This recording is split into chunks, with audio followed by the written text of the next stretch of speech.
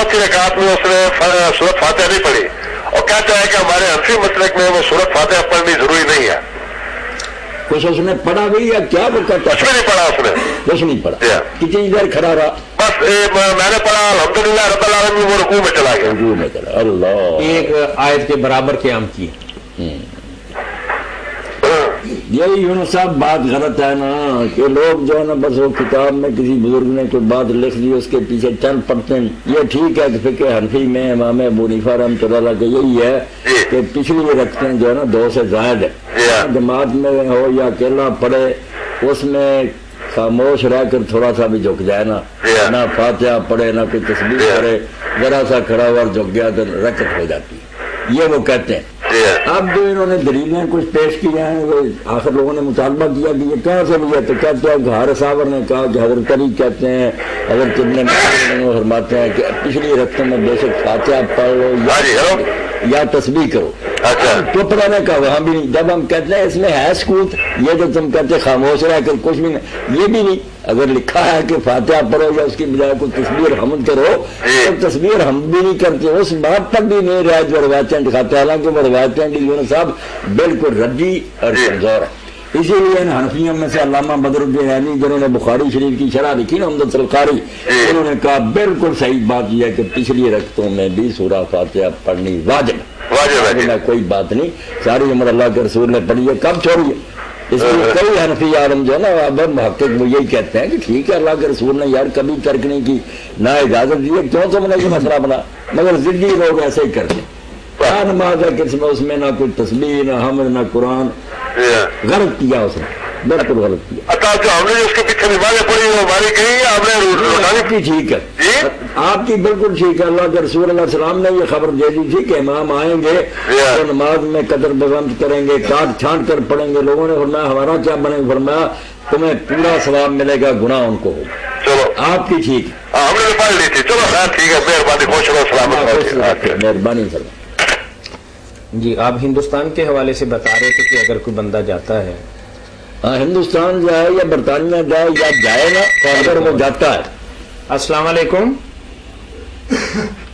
जी, अस्सलाम वालेकुम जी मौलाना। इसको इस्तेमाल कहते हैं कि वो लेकर इजाजतनामा वहां जाता तो फिर उसकी सरहद में दाखिल होकर ही उस मुल्क के जो कानून है ना मुल्की बने हुए वो उस तरह ही दीन बन जाता है जिस तरह हमारी शरीयत के हुक्म है। ऐब हो जाता है कि मैं तुम्हारे कवानीन की पाबंदी करूँ, वहां अगर तोड़े ना कानून तो ये नहीं कह सकता वो बरतानिया के थे फलां गया क्यों था। उन्होंने अपने मुल्क में दाखिला की जाए इस वादे पर दी थी कि हमारे मुल्क का, इसलिए मुसलमान आओ कि जो दीन ने कहा वादे पूरे करो। ठीक, तो इसी तरीके से आप ये बात बता रहे हैं कि जो ये समझ में रहा कि किसी जगह रहना मुल्क में और फिर उसकी हुकूमत के कानून तोड़ने और सारे कामों में हुकूमत की तरफ भागना, अदालतों की तरफ और दूसरे, और जब बारी आए खरीदो फरोख्त की मनमर्जी करना। अस्सलाम वालेकुम। वालेकुम सलाम। जी बहन। मौलाना साहब हैं? जी हैं जी अल्हम्दुलिल्लाह। मैंने उससे सवाल पूछना था कि वजू करने के बाद कलमा तैयबा पढ़ना जरूरी है कि मसा करते वक्त भी पढ़ सकते हैं?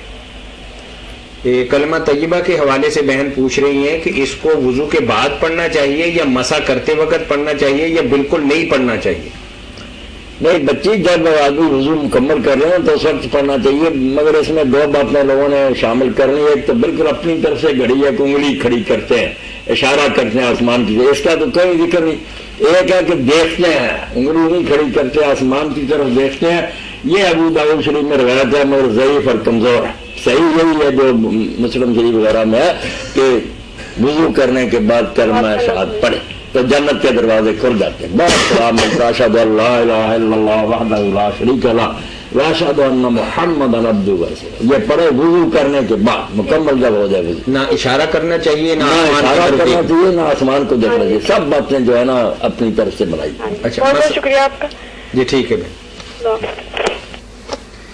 जी मौलाना जी। ये वतन परस्ती के हवाले से एक भाई ने सवाल किया कि न जाने उनके ज़हन के अंदर वतन परस्ती का क्या तस्वर है। जी अस्सलाम वालेकुम। वालेकुम सलाम। जी भाई। मौलाना साहब को भी अस्सलाम वालेकुम।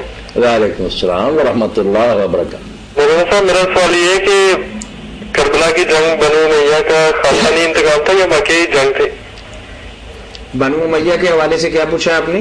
कि बनु उमैया करबला का जो वाक़या है वो बनु उमैया का खानदानी इंतकाम था। ये तो मौलाना ने अभी थोड़ी देर पहले बात बताई है कि इतनी आसान और सादा बात नहीं है कि एक जुमले के अंदर इस बात को मुकम्मल तौर पर बयान कर दिया जाए। तो मौलाना फरमा रहे हैं कि आजकल जहाँ जुमा पढ़ाते हैं ना जामे मस्जिद करीमिया मोहम्मदी के अंदर, तो मौलाना फरमा रहे हैं कि वहाँ तफसील के साथ बात चल रही है, आप वहाँ जुमा पढ़ेंगे तो फिर कुछ आपको आगाही हो सके। वहाँ जुमा पढ़ें या कम तुम सीडीज वगैरह जो कैसेट तैयार होती है ना वो लें, इंशाअल्लाह सारी बात समझ में आ जाएगी। जो लोग इसको सिर्फ खानदानी अदावत का करिश्मा कहते हैं, गलत बात है, ऐसी बात नहीं। ये बहुत बड़ा इनकलाब आ रहा था निज़ाम इस्लामी में, जिसकी वजह से इमाम हुसैन को ये कुर्बानी देनी पड़ी, वरना वो सब जानते थे कि मेरे वालिद जब सारी दुनिया के हुक्मरान थे तो मेरे माविर ने अपनी चालाकियों से उन्हें नाकाम कर दिया। हसन हुकूमत छोड़ गए, 20 साल में शिकंजा इतना कस दिया, जब कौन मेरी मदद करेगा। ये सारी चीजें वो जानते थे। ना खतों ने धोखा दिया, वो अमीर माविया रजूल के जमाना में मेरे लिखते रहते थे कि मैं तो एक एक जंग के बारे में सोचता हूँ कि मैं खुदा को क्या जवाब दूँ। जिहाद तो फर्ज हो चुका, दीन सारा आपने बर्बाद कर दिया। आप जैसे शख्स का अमीर बन जाना उम्मत का, इससे बड़ा फितना कौन सा। ये खाद सारे हजरत साहब लिखते थे, सिर्फ अपने भाई कैद की वजह से खामोश है कि मेरा भाई सुलह कर चुका। अगर तो ये अपनी बात पर रहा कि मरने के बाद किसी को मुकर न किया, हसन जिंदा होगा तो वो हुक्मरान होगा, ये भी शर्त थी। हसन तो जहर से चल के बने, बाद में था कि उम्मत चुने, वो भी किस्सा खत्म हो गया।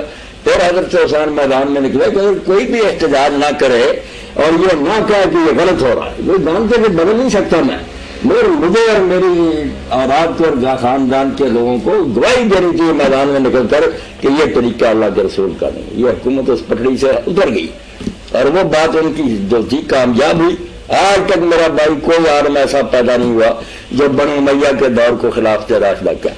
सब कहते हैं मलूकियत थी, अच्छी थी या बुरी थी, इसको सुन्नत से निकाल दिया। कोई इनका हवाला नहीं देता, हत्ता कि अमीर मुआविया का हवाला नहीं दिया जाता कि उन्होंने ये किया था इसलिए ये दीन है।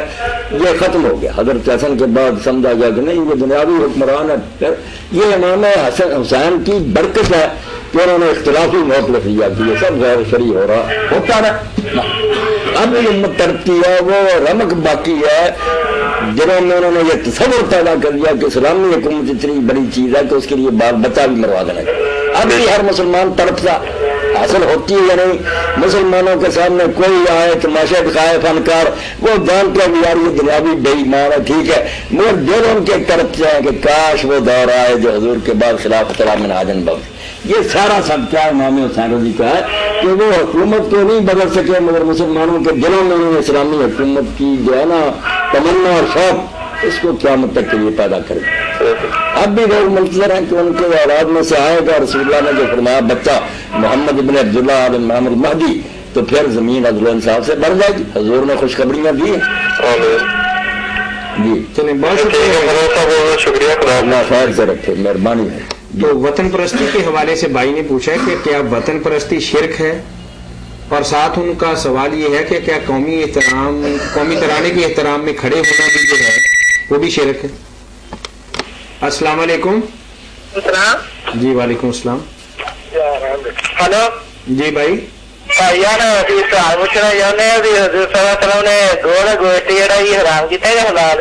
अच्छा, गो के बारे में सवाल है कि उकिलत दब्बु अला माइदत रसूलिल्लाह सल्लल्लाहु अलैहि वसल्लम, क्योंकि आपने तो नहीं खाया था लेकिन सहाबा इकराम को मना नहीं फरमाया। हाँ जी। तो बात तो जैसे ताहिर मियां ने बयान कर दी कि रसूलुल्लाह के सामने खाया गया, आपने इसको हराम नहीं किया, सिर्फ कहा कि मैं जिस घर में पला बड़ा और मेरे यहाँ खाने का दस्तूर नहीं चाहती है, मेरा जी नहीं चाहता, बाकी इजाजत दी, खुद आपके सामने खाया गया। और इसीलिए इतने बड़े इमाम है तहाबी रहमतुल्लाह अलैह हनफी, उन्होंने शरह मानना आसार में लिखा कि जब इतनी हदीसें आसार हैं तो अब जब हलाल नहीं होगी तो और क्या होगा। घोड़े को भी उन्होंने लिखा घोड़ा यार इतनी हदीसें आ रही हैं क्यों इसको हराम और नाजायज करते। तो चीजें हलाल होती हैं।